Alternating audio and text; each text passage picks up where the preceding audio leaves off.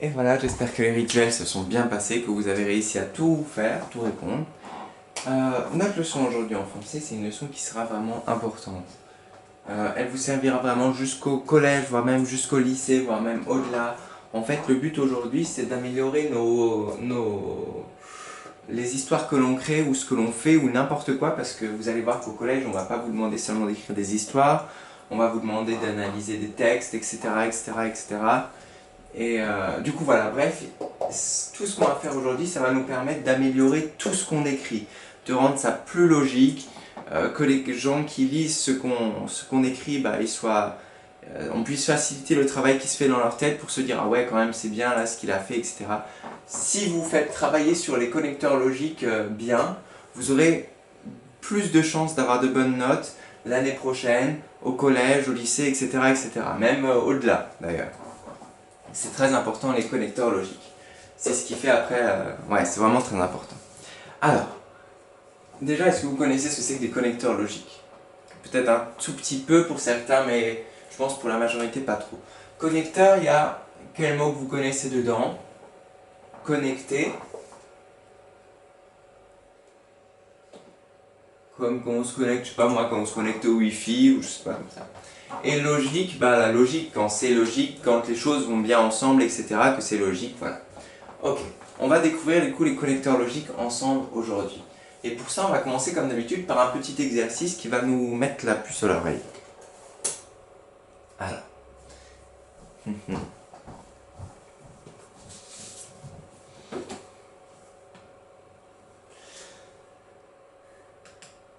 Ok. Alors, je vous ai préparé un petit exercice, enfin, je l'ai piqué sur internet, parce que je trouvais qu'il était bien. Du coup, j'ai pas vraiment préparé. Voilà. Alors, voici un texte. Vous allez devoir le mettre dans l'ordre, ok? Faites-le au brouillon, mettez-moi les numéros dans le bon ordre. Enfin, moi, d'abord, il y a le numéro il y a le numéro le numéro le numéro et il y en a 4, du coup, le numéro Essayez de me le mettre dans l'ordre, dans votre tête, de bien lire et de remettre dans l'ordre, ok? Mettez la vidéo en pause et essayez vraiment de le faire, c'est ça ce qui va nous aider à découvrir ce que c'est que les connecteurs logiques. A tout de suite.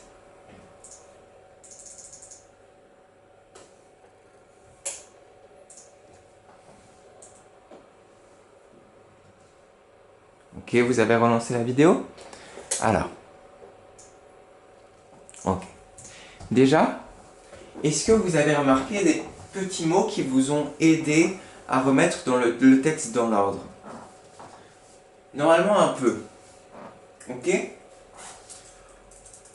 Est-ce que vous avez déjà trouvé le début de l'histoire? Le début de l'histoire, c'est mardi dernier.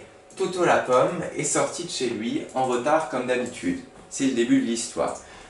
Pourquoi c'est le début de l'histoire? Il nous présente le personnage, le lieu et ce qui se passe, ou le problème, etc. Voilà, ça c'est du coup le premier, c'est le 2.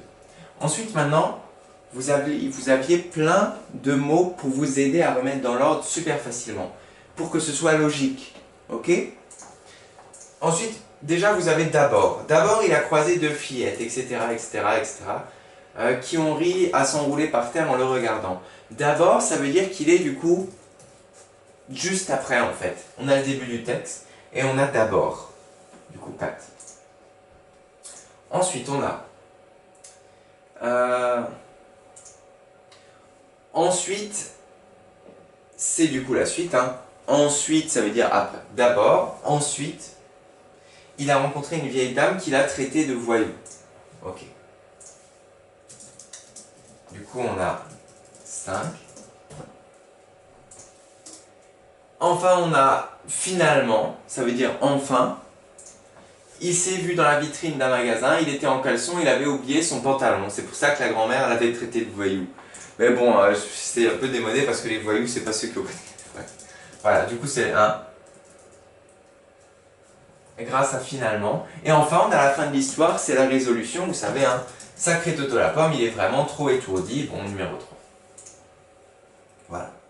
On avait donc, pour résumer, 1, le début, qui nous présente le personnage, etc., etc. Le problème, il est sorti en retard, etc. 2, on a d'abord. d'abord. Ensuite, on a ensuite.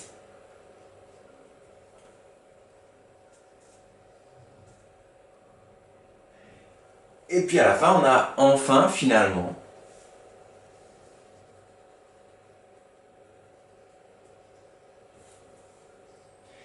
Et en dernier, à la fin de l'histoire, il est vraiment trop étourdi. On a compris qu'il avait oublié de mettre son... je me suis trompé, j'ai mis 3 alors que c'était 5. De mettre son pantalon. Voilà. Et en fait, il y a des mots qui nous ont aidés à remettre ce texte dans l'ordre beaucoup plus facilement pour que on a vu vraiment que le texte s'est passé de manière logique. Le début, d'abord, ensuite, finalement et la fin. Voilà.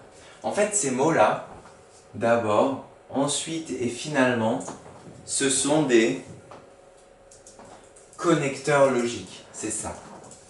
Vous l'avez trouvé.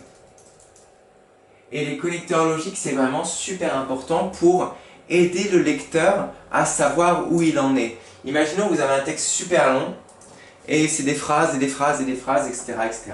C'est quand même plus simple si à un moment, il met un paragraphe avec marqué d'abord. D'abord, nanana. Et puis ensuite. Et enfin.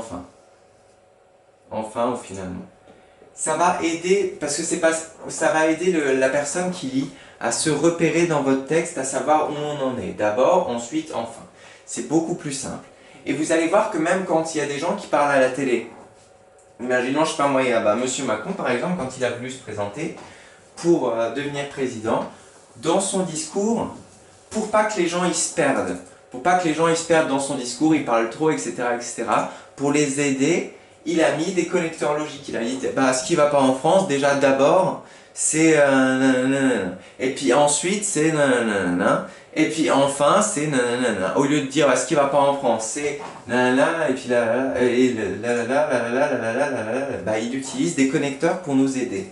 Ce qui va pas en France, c'est d'abord et puis ensuite et enfin, c'est pour ça, fin, il faut voter pour moi. Voilà. Du coup, en fait, ça, c'est vraiment le cœur d'une histoire.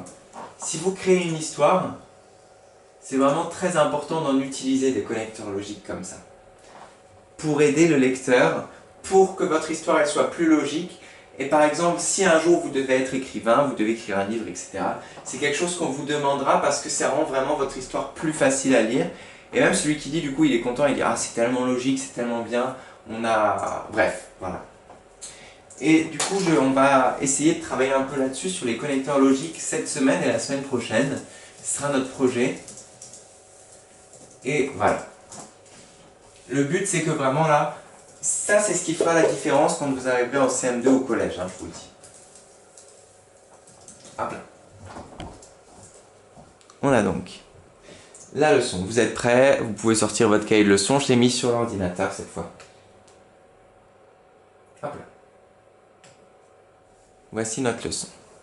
Ce que j'ai mis sur l'ordinateur, comme ça je pouvais prendre le tableau qui était pas mal du tout.